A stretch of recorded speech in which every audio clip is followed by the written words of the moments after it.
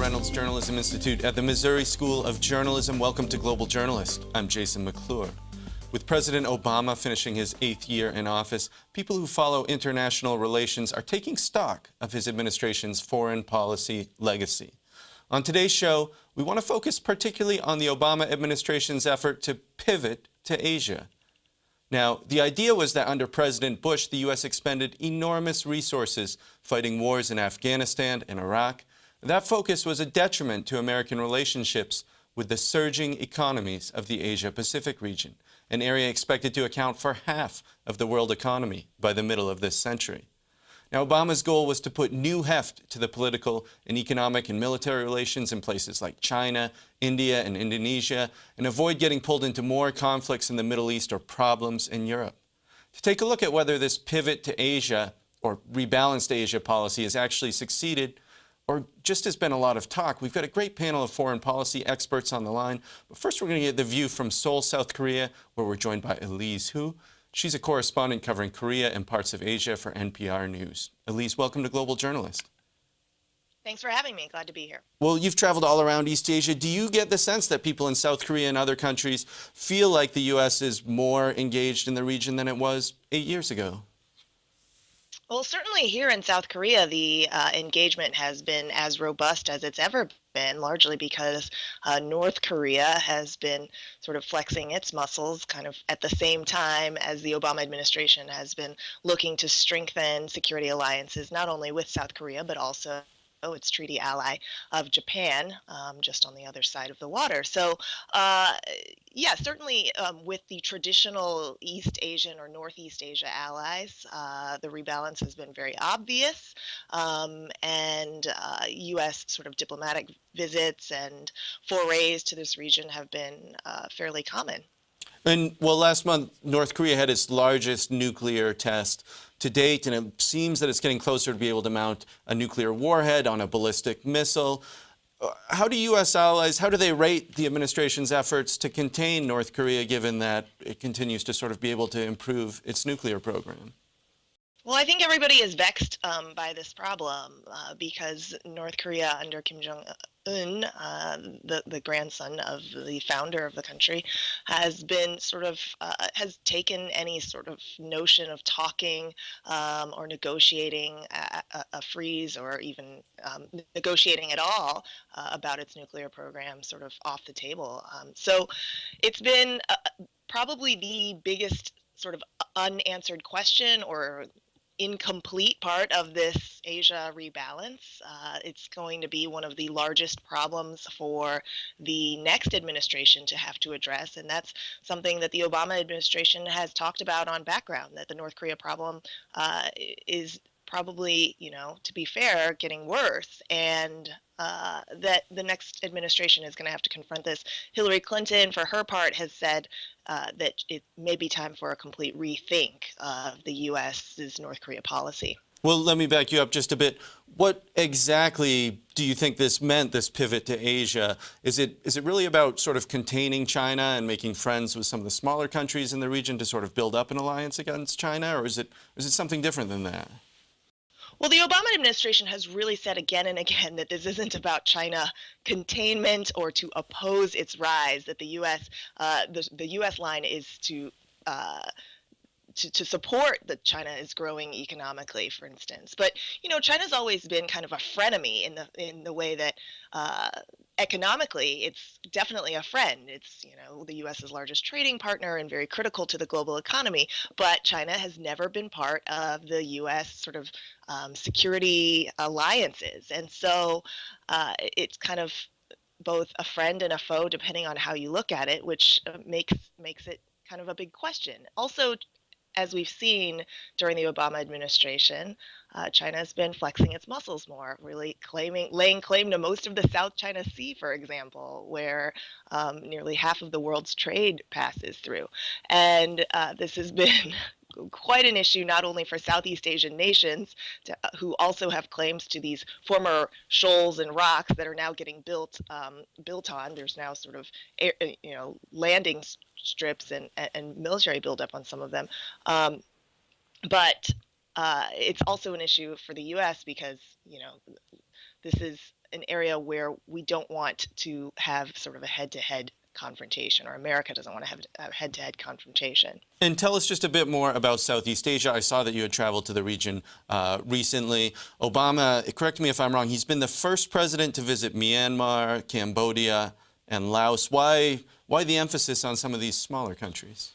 Yeah, and I'm sure the panel is going to really discuss this too. I mean, if you look at the pivot to Asia, what's really under Obama, what's really notable about it is the pivot specifically to Southeast Asia, the focus on this very dynamic region, the 10 nations that are part of ASEAN, where demographic change means that it's really going to be a huge sort of harbinger of the future and what the world of the future looks like. An estimated 50 to 60% of the population in ASEAN countries is 35 years of age or younger, whereas in this part of the world, in Northeast Asia, where I am, demographic trends are just getting older and birth rates are really falling. And so if you really want to look at the future of Asia and the future of the globe, Southeast Asia is an important place to focus, and that is part of the calculus, I imagine, for the administration. And so I was in Laos for the president's final trip to Asia. It was the first visit by a sitting president to Laos,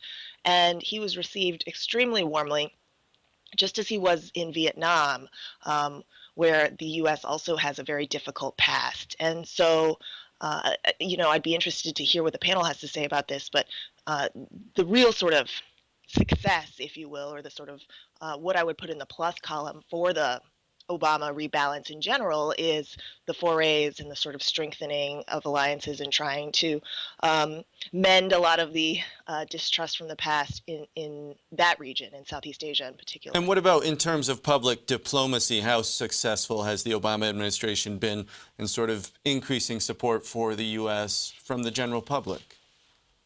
Well, the big question for the U.S., or the big question for a lot of these Southeast Asian nations, is that this is coming at the end of the Obama administration, right? And so, or we happen to be at the end of the Obama administration. So the question that came up again and again among the Lao and among the Vietnamese, this happens with Cambodian young people as well, millennials, they're often asking sort of, you've really sort of doubled down and focused on Southeast Asia in a way that previous presidents haven't, but are these policies going to continue? And so, whereas Xi Jinping, for example, in China is going to be in power for another few years and maybe even longer now, according to recent headlines. And so there are some big questions about what U.S. policy looks like going forward. But has Obama been popular in that region? Yes. I mean, he's been welcomed with quite sort of open arms by the leaders and the sort of, civil society in a lot of these countries. Elise, thanks so much for taking the time to join us. You bet. Happy to be here.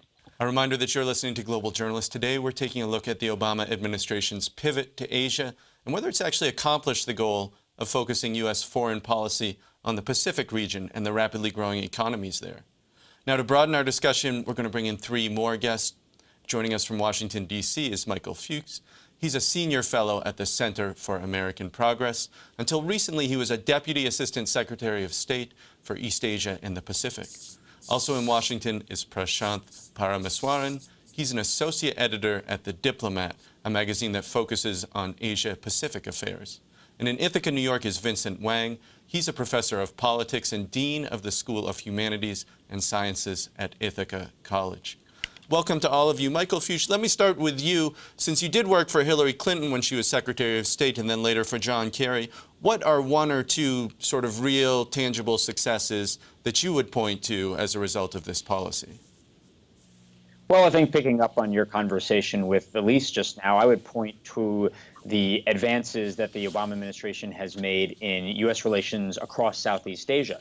I think if you look at the relationships the United States has now with countries like Vietnam, Myanmar, Laos, others, these are relationships that are far more advanced than they were when the Obama administration came into office. I'd also point to some other things that don't receive, I think, nearly as much of attention, including U.S. membership in some of the key regional diplomatic institutions where key issues are discussed by all the countries across the region, such as the East Asia Summit. This is an organization where China and India and Japan and all the Southeast Asian countries gathered together every year to discuss critical security issues. And the United States, when the Obama administration came into office, was not at the table. But now we are. And so I think those are a couple of examples. Well, Michael, let me back you up to your first point. You mentioned Cambodia and Laos as sort of success stories. Those are quite small countries. So how is that sort of a strategic advantage for the U.S. to have strong relationships there?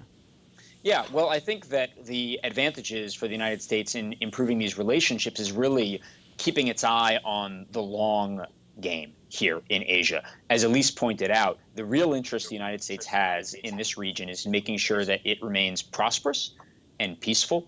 And in the coming decades, this region is going to be vitally important to the United States when it comes to economic growth. Trade, investment, job creation here in the United States is going to depend in large part upon trade and investment with the countries in this region. And as Elise and you just discussed, the demographic shifts happening in Southeast Asia mean that that is where the future of American growth very well could be. And so establishing those relationships is going to be vital. Well, Vincent Wang, let me turn to you now, because there was this trade pact, the Trans-Pacific Partnership, that was going to be sort of a cornerstone of U.S.-Asia policy. Now it's opposed by both major presidential candidates looking to succeed Obama. So what sort of tangible successes would you point to if it looks like this big trade deal is kind of mired for the moment? I think the Trans-Pacific Partnership's importance exceeds more than just the economic realm, because this is a tangible example of U.S. leadership to create the so-called 21st century trade deal. Would offer U.S. friends and allies tangible benefits for joining the U.S.-led trade deal. So it's a very tangible example of the pivot, and in fact, one would call it the economic pillar. But of course, as Elise mentioned earlier, that friends and allies in the region have doubt about the viability of the pivot policy, particularly now in a presidential election year. At least at this moment, both major parties' candidates have opposed the TPP. So I think the credibility of Obama administration's pivot policy, or whether his successor will continue his policy, to a large extent hinge upon the future of the TPP. And Prashant Paramaswaran, what's your perception? And has this policy been all about containing China? What's China's, how has the reception there been of the Obama administration's efforts?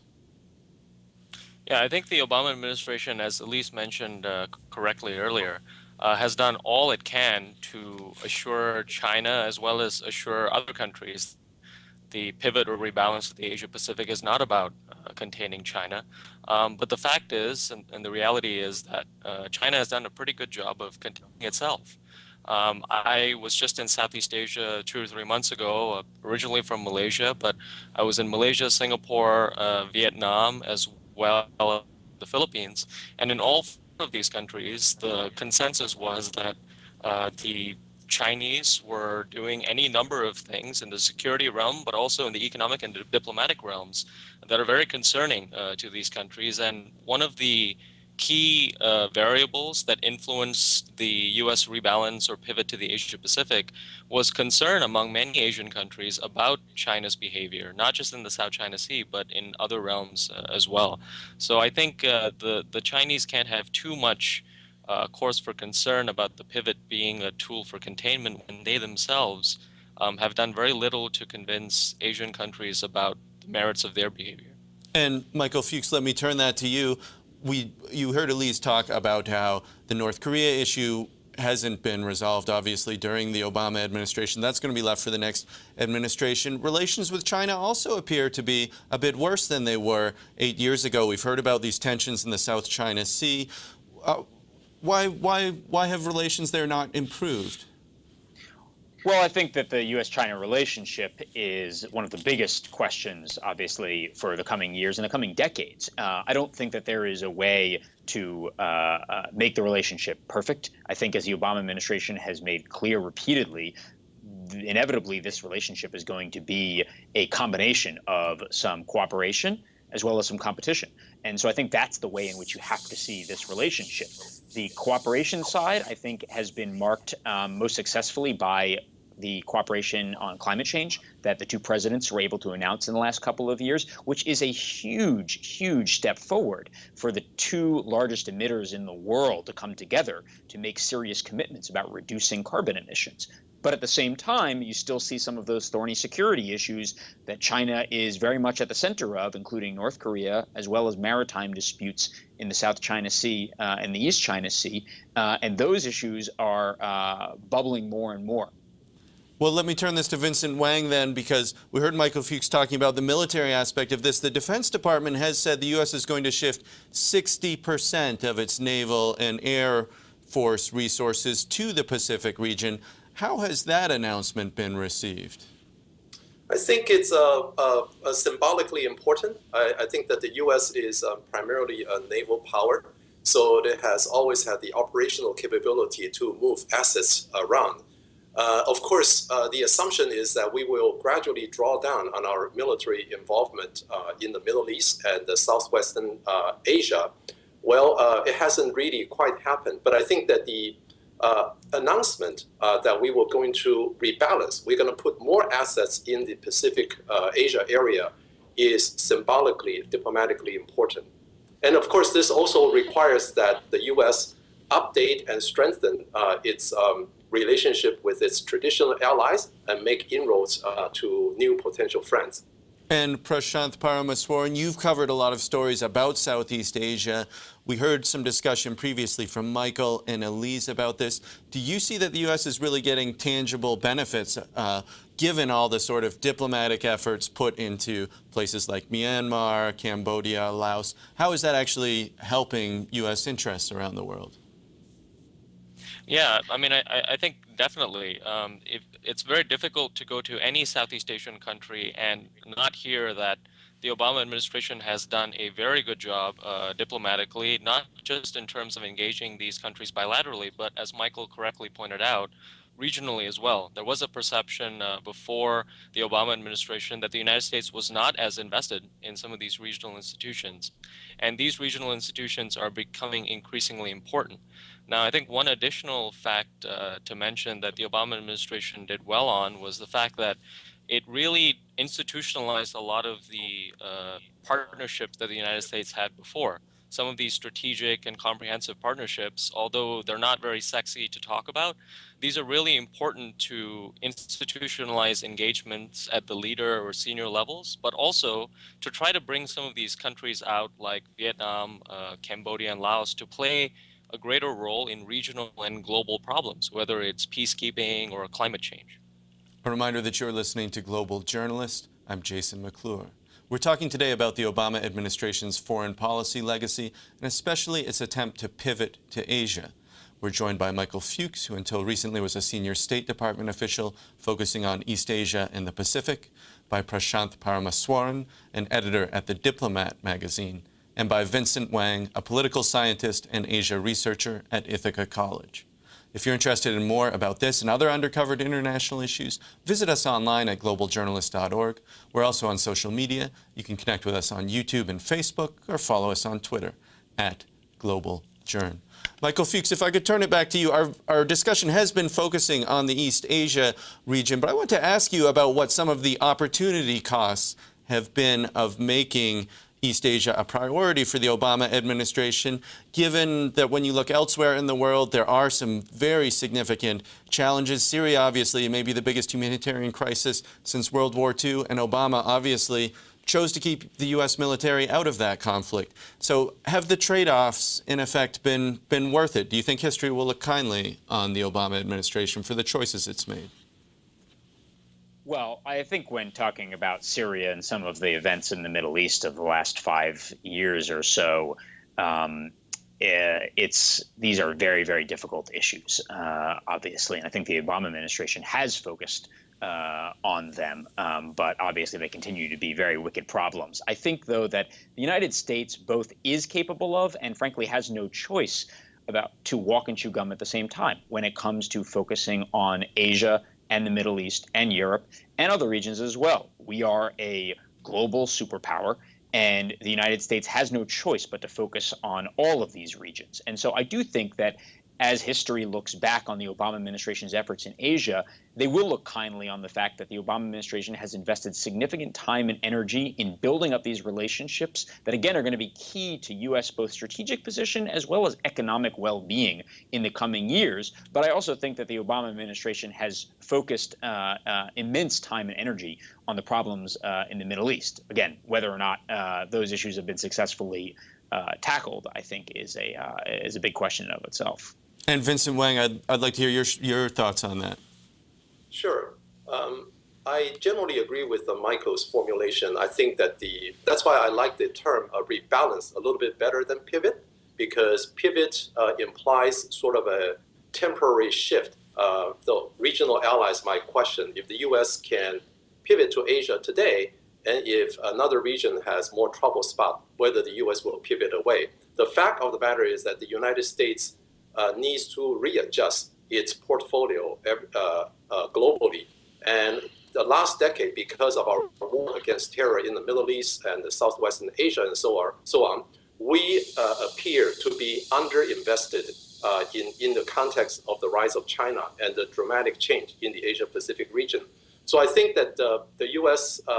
will remain in the Asia-Pacific and need to send a very positive and a strong message that the U.S. will stay and will intend to stay forever. So it's actually a little silly to think that the U.S.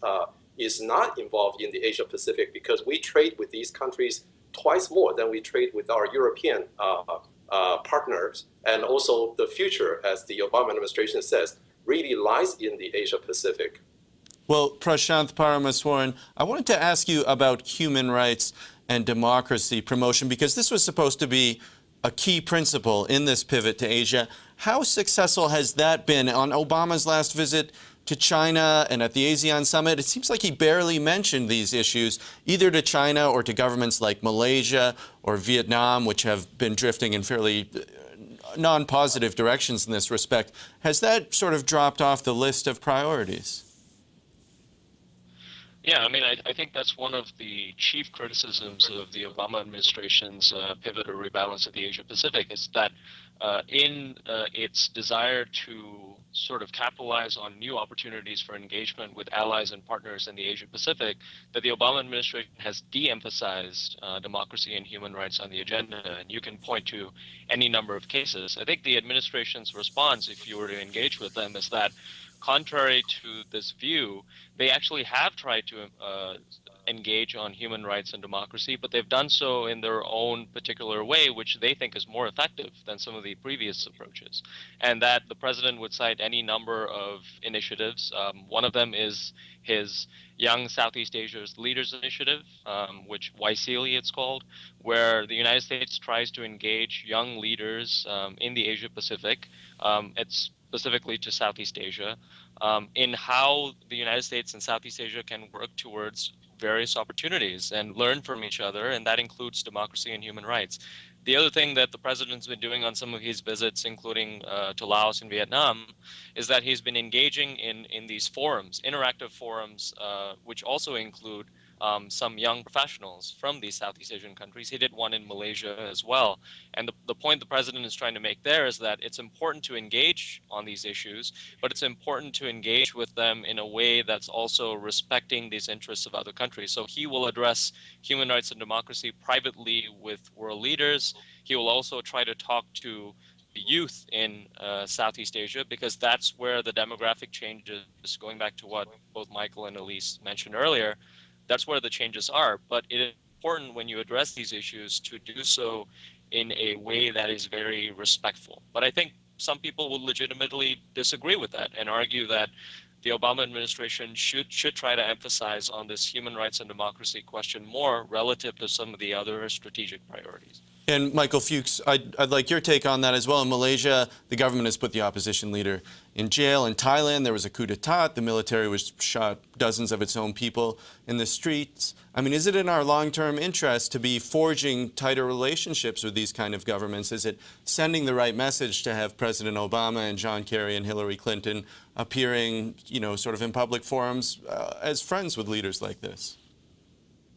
Yeah, no, this is one of, I think, the most difficult questions when it comes to foreign policy writ large. And Asia is a great example of that. And I think, again, when it comes down to it, foreign policy is about balancing interests. And I think that the Obama administration, I think, has done actually a good job at focusing on human rights and democracy issues. And the question, I think, is really what is the most effective way to do that?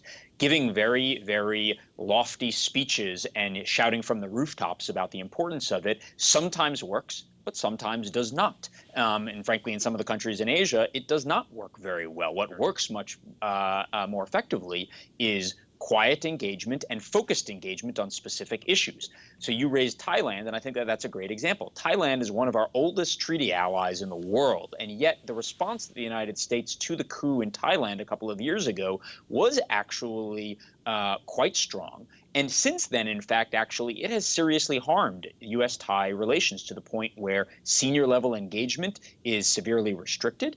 And the types of cooperation that we do with the Thai government right now on a variety of different issues, again, has been cut back significantly because of the coup and the violations of human rights there.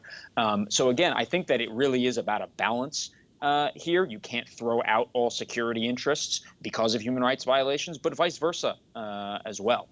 And Vincent Wang, if I could get you to look in your crystal ball, our time does grow short. Where do you see U.S. relations with this part of the world going over the next 4 years? Obviously, there's a presidential election that's about to take place. How do you see things developing if Donald Trump becomes president or if Hillary Clinton becomes president?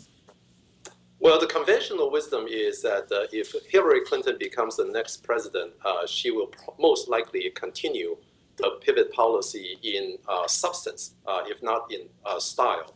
After all, she was the first Secretary of State in the Obama administration and a major architect, if you will, of the pivot policy, maybe with some adjustments. If Donald Trump becomes the president, I think all bets are off because we don't really know whether he has a coherent foreign policy agenda for Asia Pacific. So it's very difficult for me to have a crystal ball in that scenario. And Prashanth Paramaswaran, with just about 30 seconds left, last word to you. Where do you see things going? But my bet would be, given the fact that Asia is still central to U.S. interests and there's a lot of bipartisan continuity on Asia policy, I won't see any major significant shifts. But I think there are going to be growing challenges to maintain or sustain this policy, given the domestic constraints on U.S. policy, with both candidates being very unpopular domestically, but also some of these challenges in the Middle East that you talked about, which I think are very significant. The Obama administration has tried to stay away from trying to commit seriously in some of them militarily, but I'm not sure if the next president will be able to do so similarly. That's going to have to do it for this edition of Global Journalist, a production of the Missouri School of Journalism and the Reynolds Journalism Institute. Many thanks to Elise Hu, Michael Fuchs, Prashanth Paramaswaran, and Vincent Wang. Our assistant producers this week are Eloise Spiliers, Ravi Jin, and Bryce Arthur. Alyssa Blyle is our graphics editor, and our lead producer is Vera Tan. Travis McMillan of RJI is our director. Pat Akers of KBIA is our audio engineer. I'm Jason McClure. Thanks for tuning in.